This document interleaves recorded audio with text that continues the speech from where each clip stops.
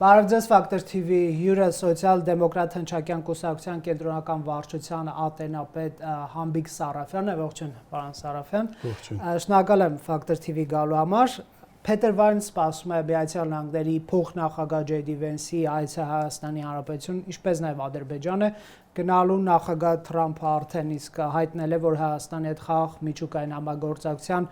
հիանալի իր բնորոշմամբ համաձայնագիր կկնքի, ինչպես նաև կիսահաղորդչային արտադրողների համար գործարքներ, գիտենք արհեստական բանականության վերաբերվում, կամրապնդենք ռազմավարական գործընկերություն Ադրբեջանի հետ, նրան կվաճառվի ԱՄՆ-ում արտադրված պաշտպանական սարքավորումներ, ըստ ձեզ ինչ կտա այս այցը Հայաստան, սա այսպես խորհրդանշական այց է, թե նաև կոնկրետացումներ կունենա։ Դե առաջին հերթին իհարկե խորհրդանշական այց է, որովհետև փոխնախագահը ընդհանրապես այցելում է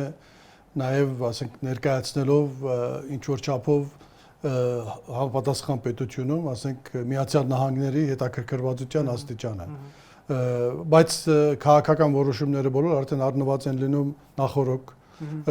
նրանք, ասենք, ավելի շատ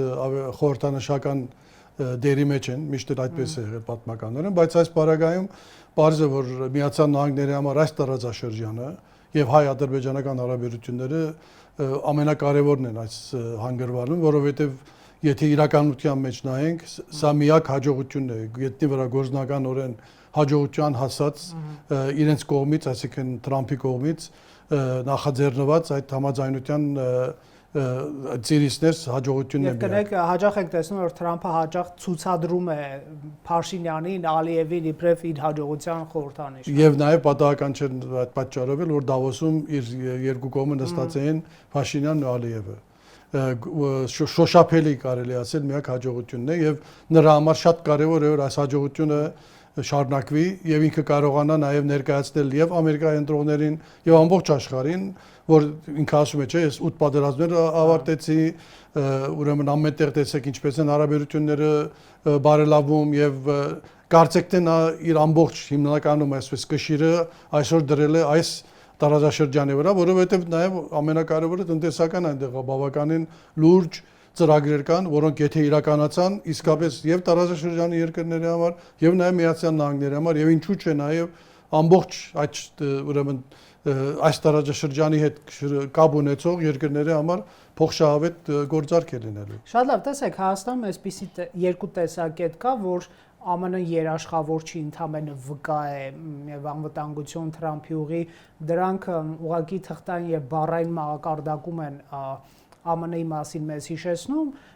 պետք է բերել, ասենք, Չինաստանի որպես երաշխավոր կամ Ռուսաստան, կա երկրորդ տեսակետը, որ ԱՄՆ-ի հետ երկարաժամկետ տնտեսական գործակցությունը այս ԱՄՆ-ի հետ, այս վարչակազմի հետ, դա որոշակի անվտանգային բաղադրիչներ կարող է խոստանալ մեզ, հետ չեղած կայունություն ապահովել, այն ինչ եք դուք մտածում։ Տեսեք, դժբախտաբար մի քիչ այսպես կարելի ասել պետք եղածի շատ ավել խոսում է անընդհատ ուրեմն երաշխիքների մասին։ Մենք հասկանում ենք, որ այսօրվա համաշխարհային ուրեմն իրավիճակում որևէ երաշխիք իրականության մեջ երաշխիք չի, որպես այդպեսին։ Բացի, ասենք, կարելի ասել ՆԱՏՕ-ի հետ կապված, երևի կարելի է հաստատապես ասել, որ եթե եվրոպական որևէ երկրներից մեկի վրա հարձակում լինի, դա միակ կարելի ասել երաշխիքն է։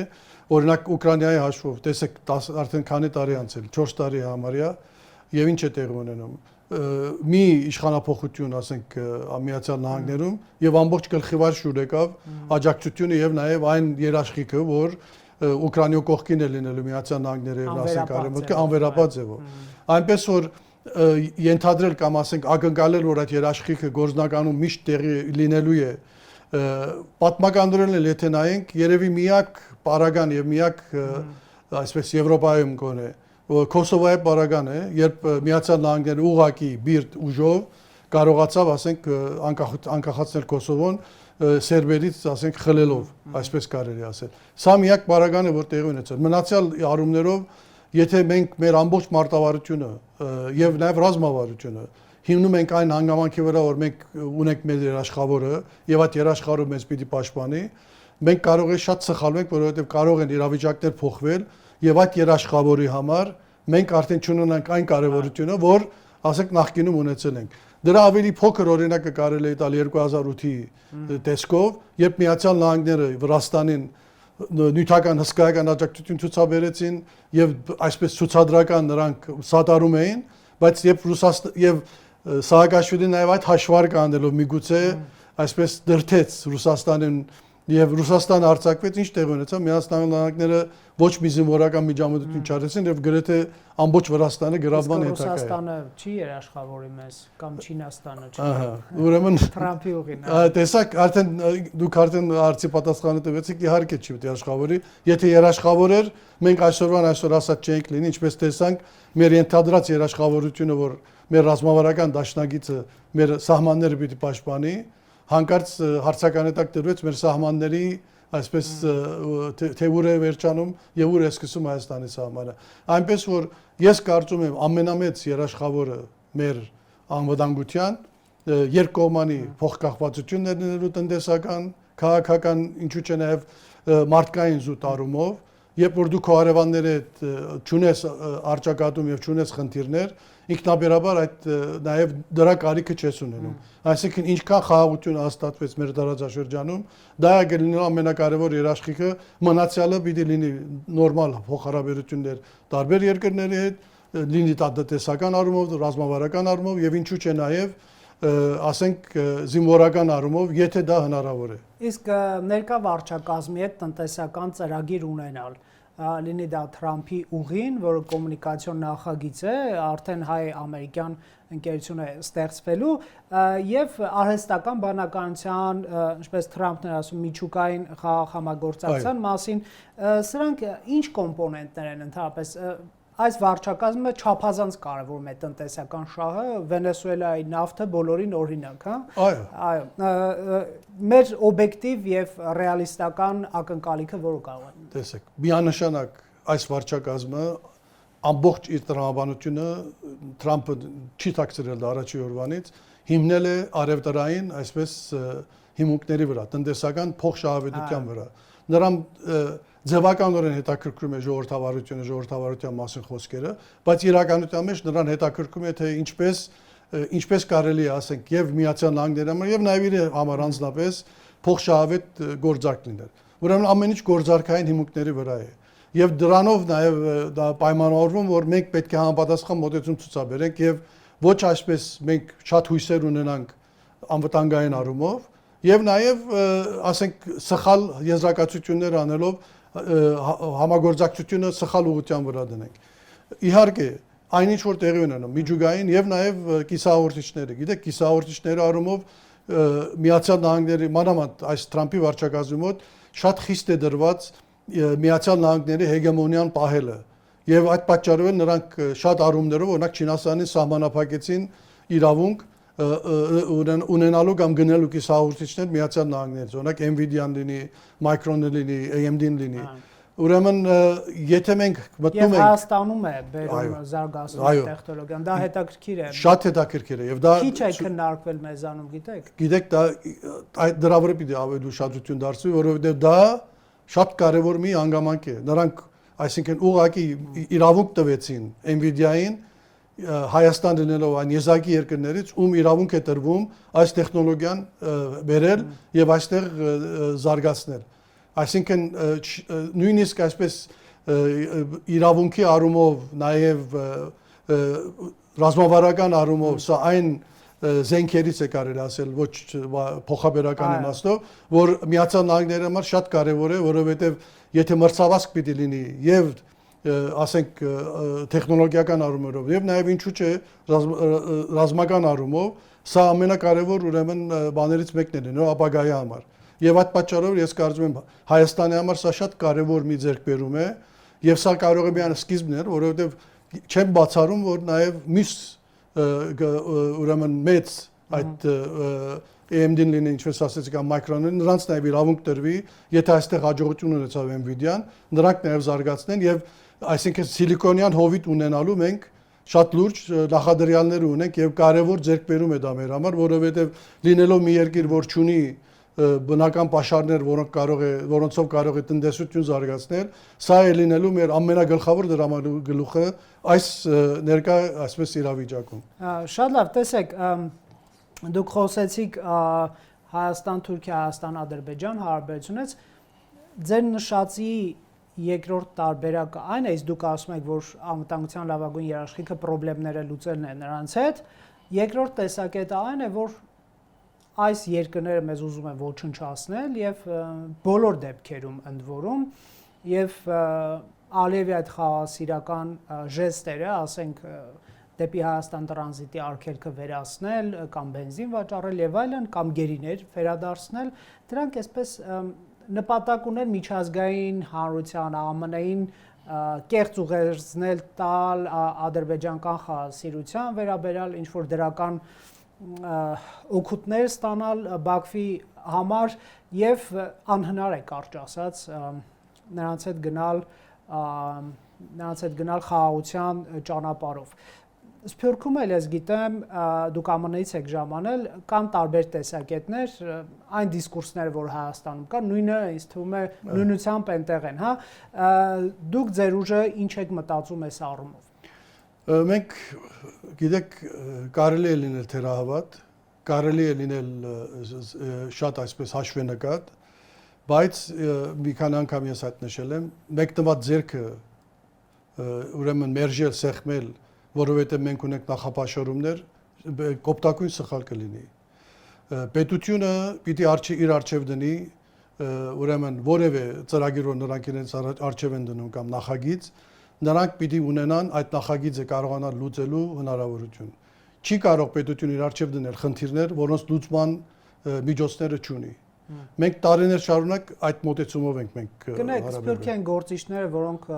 Հայաստանից պահանջում են, ասենք, ցեղասպանության հարցը թիվ 1 օրակարգ դարձնել եւ հենց հիմա պայման դնել ցեղասպանությունը ճանաչի Թուրքիա թե չէ սահմանը չբացես հանկարծ, չեն մտածում այդքանը։ Դե ես իրենց փոխարեն չեմ ուզում ասել, բայց մենք որպես կուսակցություն բազմիցս նշել ենք, որ առաջնահերթությունները տարբեր են Հայաստանի համար եւ Սփյուռքի համար։ Եվ այսօր միշտ գերիվեր ենք համարում Հայաստանի պետականության պահպանման ուղղված ուրեմն առաջնահերթությունը։ Եվ այդ առաջնահերթությունը հստակ օրինակ այսօր այն չէ, ինչի մասին անընդհատ խոսում է։ Սա չի նշանակում, որ մենք հրաժարվում ենք, ասենք, մեր իրավունքներից, հրաժարվում ենք այն ինչից որ տեղ ունեցավ, բայց նաև մենք գիտակցում ենք, հասկանում ենք, որ այսօր այս պահին, երբ նման իրավիճակ կա, դներ մեր առջև մի խնդիր, որ մենք չենք կարող լուծել, որովհետև եթե մենք պիտի լուծենք այդ հարցը, երեք ձև կա այդ հարցը լուծելու։ Մեկ առաջինը մենք զինվորապես պիտի լուծենք, որ դա անհնար է այսօր։ Երկրորդը մենք պիտի լուծենք դա միջազգային ճնշման միջոցով, զիջումներ կորզելով Թուրքիայից, որ եւս անհնար է։ Ուրեմն երրորդը մնում է նա, որ ասենք մենք կարողանանք Թուրքիայի հետ համաձայնության գալով այդ խնդիրները ասես լուծման ուրեմն միջոցներ ձեռնարկել։ Հիմա առաջին երկուսը բացառվում են։ Երրորդը բարձր որ չի լինելու դժվար է հիմա, որովհետև Թուրքիան դժվարություն ունի առերեսվելու իր պատմության հետ, նրանք համարում են, որ իրենք այդ Օսմանյան կայսրության ժառանգորդը չեն, ովքեր ցեղասպանություն են գործել եւ նույնիսկ այնտեղ անընդհատ այդ հոգեբանական խնդրի մեջ են։ Հիմա մեր համար ո՞րն է կարևորը։ Այսօր տեսնում ենք, որ ամբողջ աշխարհում ինչպիսի իրավիճակ է եւ որևէ լարվածության առաջացում, որևէ պատճառով մեզ համար նպաստավոր չի, որ մենք դիրքավորվենք այնպես, որ այն հարցը, որ լուծելու հնարավորություն չունենք, դնելով մեր առաջ, խոչընդոտեք մեր առաջ խաղացին, ընդհանրապես ասենք, մանավանդ ինչպես տեսնում եք, եթե տնտեսական փոխհարաբերություն է տեղ ունենալու։ Այսինքն մենք դրանով ոչ միայն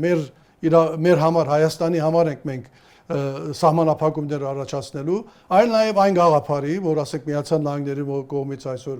ուրեմն ճադագովում է, այդ սահմանների բացելու եւ նաեւ այդ փոխադրամիջոցների ազատականացման ուրեմն քաղաքականության։ Նշանակում է մենք նախ մեզ ենք վնասում եւ երկրորդ այդ ծրագրին ենք վնասում։ Իմաստը ո՞րն է դրա։ Եվ փոխադարձաբար ես կասեի, որ նաեւ Ադրբեջանի մասին որ ասվում է, որ նրանք ձևականորեն են անում, ես են անում, այն են անում, ոչ։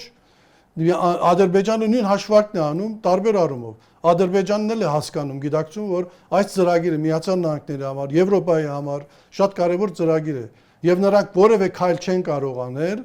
խաթարելու համար այդ համաձայնագիրը, մանավանդ Թրամփի հետ կապված, Եվ պատկերացրեք, որ Թրամփը եթե հպարտանում է այս Հայաստան-Ադրբեջան 30 տարվա, ինչպես ինքն ասում է 30 տարի է նրանք կռվում էին, ես 2 օրում կարողացա այդ հարցը լուծել։ Հիմա պատկերացրեք, որ մի կողմը պատերազմը սկսի կամ ասենք խանգարի այդ ծրագրին, ինչպես է Թրամփը այդ հարցի մոտենալու եւ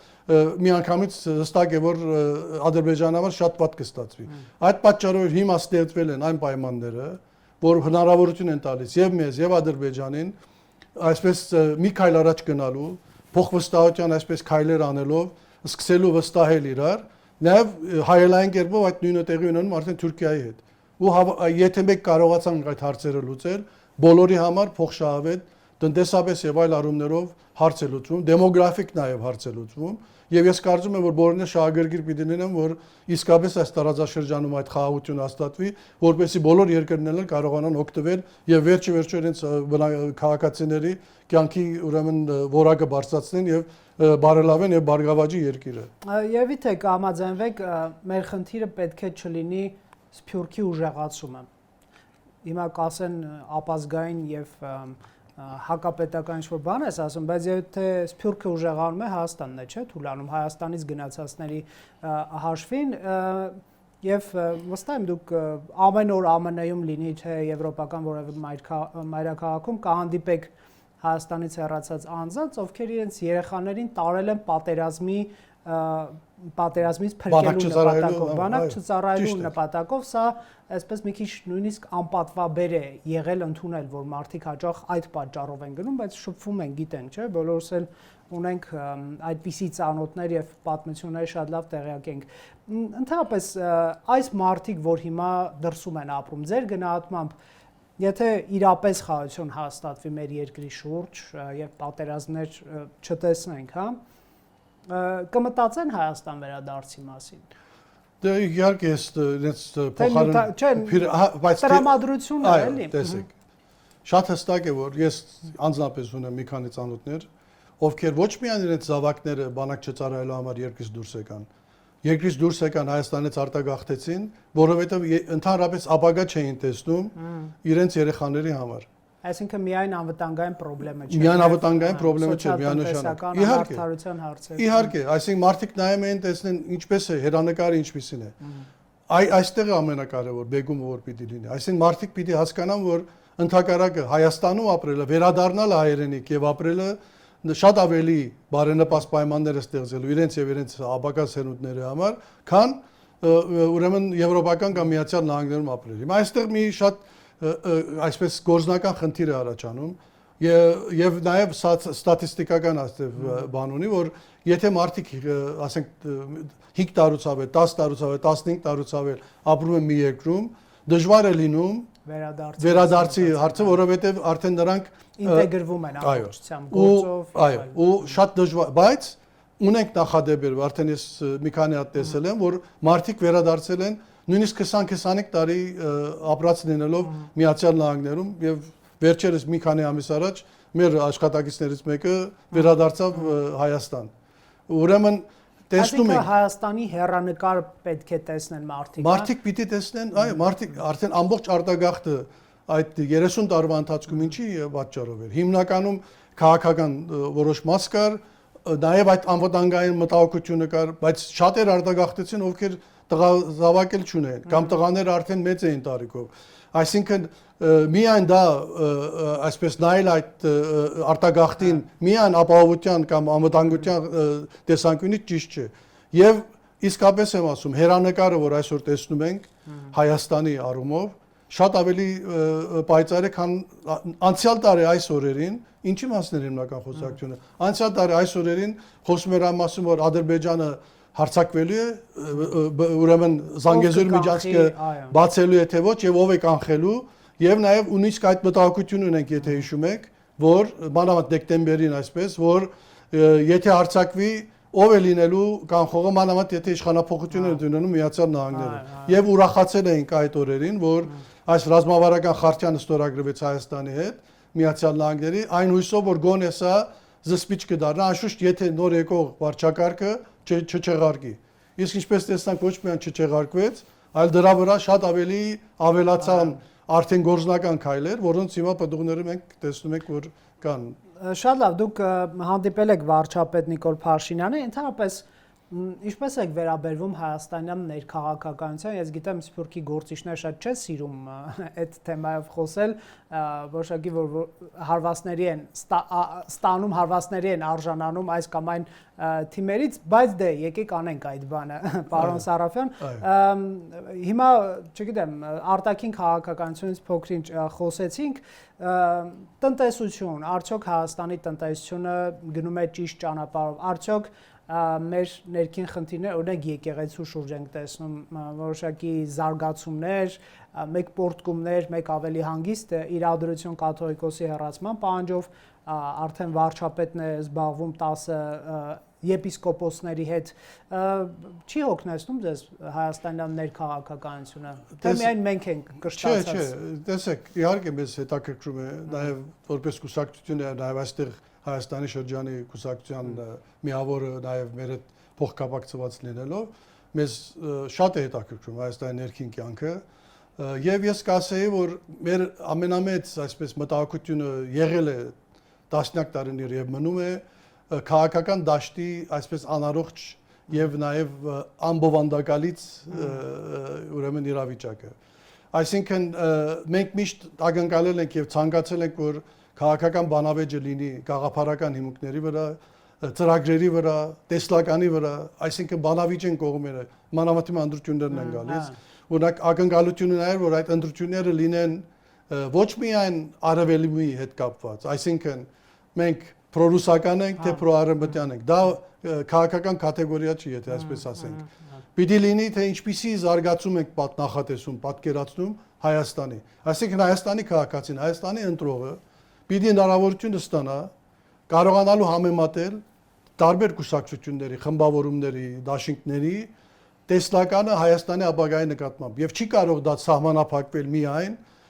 այսպես նույնիսկ պոպուլիստական, այսպես շատ պարզամիտ մոտեցումներով, թե եթե եկանք մենք ուրեմն մենք Ռուսաստանի հետ հարաբերությունները կլավացնենք եւ ամեն ինչ հանկարծ կլավանա, կախարդական փայտիկ չկա։ Կա աշխատանքի մոտեցման ուրեմն բան, ծրագրեր պետք է լինեն եւ վերջի ասեն, ինչպես ենք պատկերացնում սոցիալական բաները, ինչպես ենք պատկերացնում տնտեսական համակարգը, ինչպես ենք պատկերացնում բանկային համակարգը, ինչպես ենք առողջապահությունը եւ այս բոլոր հարցերի մասին պիտի մոտեցում լինի եւ նաեւ արտաքին քաղաքականությունը։ Հիմա եթե այդ ամբողջական փաթեթով են մարդիկ բանավիճում, դրա արդյունքում շատ ավելի քաղաքացին դեղեկացված է լինում եւ իր որոշումն է կայացնում։ Բայց դժբախտաբար, ինչպես տեսել ենք բոլոր տարիների ընթացքում եւ մանավանդ վերջին պատերազմից հետո, ուղղակի դա իջել է այսպես բամբասանքային փողոցային մակարդակի եւ անձնավորված, անձնականացված վիրավորանքներով եւ իրար այսպես մրցակցային կարծես բանը, որ ավելի ուժեղ կարող է վիրավորել, հեգնել եւ այսպես դեմին ինչ-որ նսեմացնել, կարծեք այդ բանն է տեղ ունենում։ Դա է եղել եւ դա է մեծակում մտահոգությունը, որ մենք ունենք եւ հուսով ենք, չգիտեմ հիմա դեռ արդեն սկսում է կարծեք, որ իսկապես այդ բանավեճը կլինի այդպեսին, որ ներքին այսպես քաղաքական պայքարը կբարձրանա,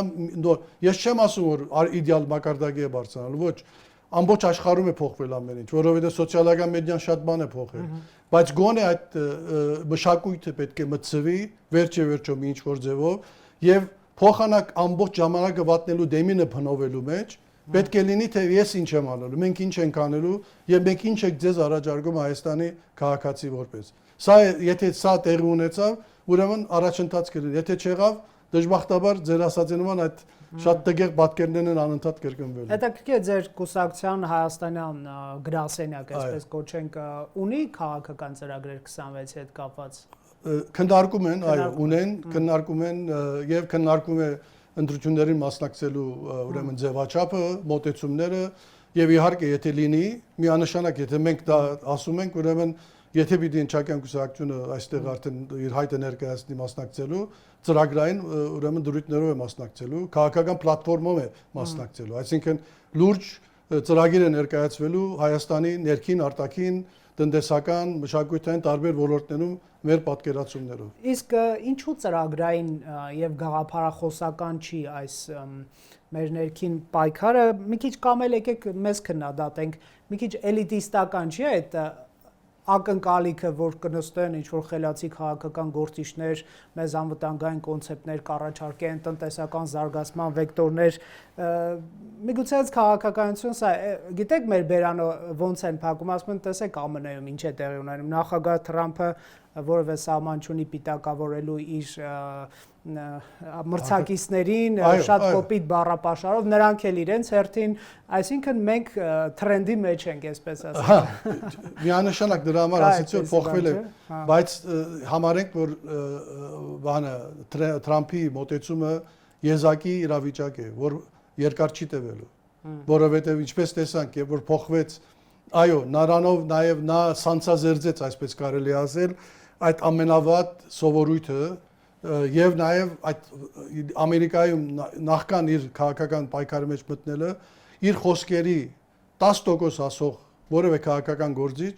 միանգամից գործունել ամեն ինչ բայց փոխվեց այդ էլիտիզմը որ ասեցիք ճիշտ է Միացյալ Նահանգներին էր դա վերաբերվում որովհետեւ ասենք դեմոկրատ կուսակցությունը կորցրել էր իր կապը աշխատավոր դասակարգի հետ Միացյալ Նահանգների որոնց երկար տարիներ նրանք ջադագովել էին Եվ նրանց համարում են, որ ինչպես էլ լինի, ինչ էլ լինի, նրանք միշտ իրենց կողքն են լինելու, սխալ դուրս եկավ եւ ինքը այդ մարդկանց հրապուրեց, թեև ոչ մի բան չի արել այդ մարդկանց համար, բայց հրապուրեց։ Եվ այդ մարդիկ հիմա հավատում են իրեն, որ ինքը այդպես է անելու։ Բայց դա չի նշանակում, որ մենք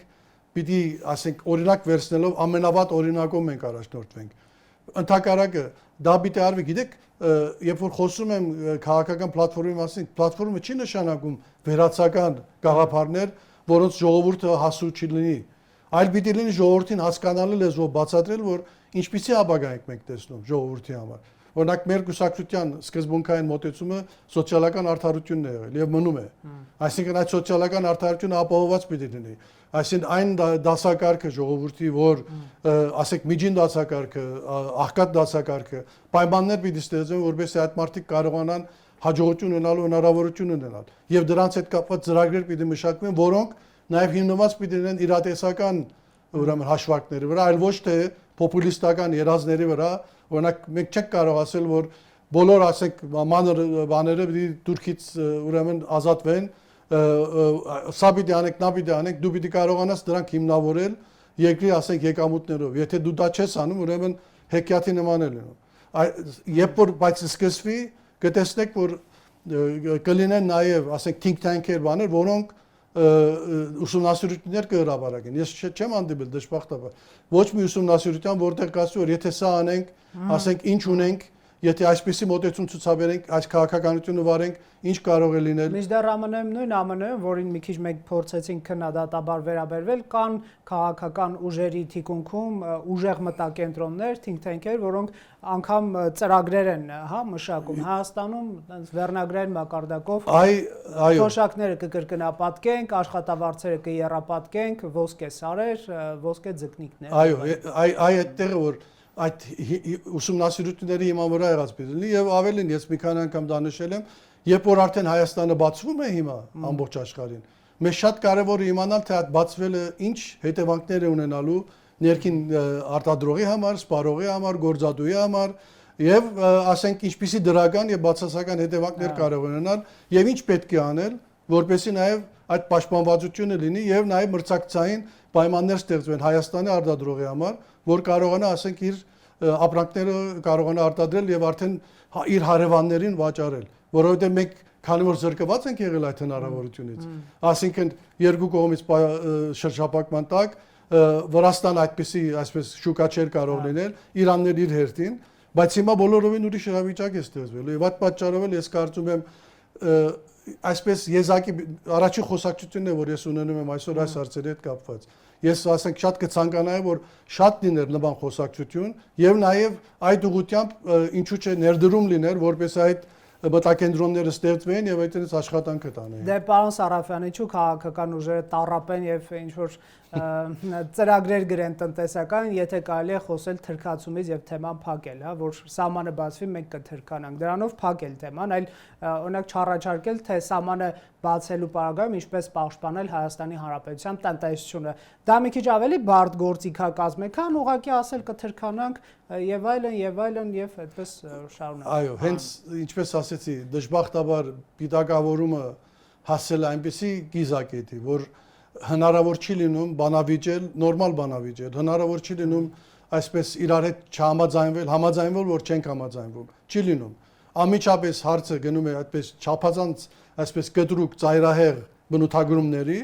եւ բովանդակությունը կորում է։ Եթե լիներ, իհարկե շատ ավելի տարբեր կլիներ եւ իմիջիալոց ասեմ, որ մենք նման ծրագիր ուրեմն մշակել ենք եւ այդ բանի հետ կապված Հայաստան-Թուրքիա ԵԱՏՄ-ի հետ օրինակ ԵԱՏՄ-ից եթե կտրվում է Հայաստանը դուրս է գալիս եւ միանալու ծրագիր ունի Եվրոպական միության, ինչպիսի խոսում է, չէ, ասում է մենք պետք է համապատասխանեցնենք ստանդարտներին, իսկ որոնք են այդ ստանդարտները, ինչպիսին են այդ ստանդարտները, նրանք վերացական պետք է չլինեն, այսինքն Հայաստանի տնտեսվարողը պիտի իմանա, որ ասենք ինչ են այդ պայմանները եւ իրեն հասանելի լինի այդ ուսումնասիրությունը, ինչ պետք է փոխի։ Հիմա բոլորը մնում են լոզունգային այդպես վերացական։ Շատ ենք լսում քաղաքական գործիչների կողմից, մասնագետների, փորձագետների կողմից այդ ուրեմն վերնագրերին, բայց բովանդակությունը դեռ ուսումնասիրված չի։ Եվ մենք այդ առումով նաև ասեմ, որ շատ լուրջ մտածել ենք ուսումնասիրություններ անել եւ նաև գիտաժողով կազմակերպել հենց այդ ուղղությամբ, այսինքն ուսումնասիրելու այդ տնտեսական, քաղաքական եւ նաեւ ժողովրդագրական հետևանքները սահմանը բացվելուց հետո, որովհետեւ նաեւ ուրիշ կողմից էլ պիտի նայենք։ Թուրքիայի արևելյան սահմանակից քաղաքները շատ ավելի ցածր հնարավորություններ ունեն, քան թե կենտրոնական մասերն են։ Եվ Հայաստանը կարող է լուրջ ուրեմն մատակարարող լինել այդ շրջանների համար, նույնիսկ դրանց մասին պետք է մտածել։ Շնորհակալ եմ զրույցի համար։ Factor TV-ում հյուրընկալել ենք Համբիկ Սարաֆյանին։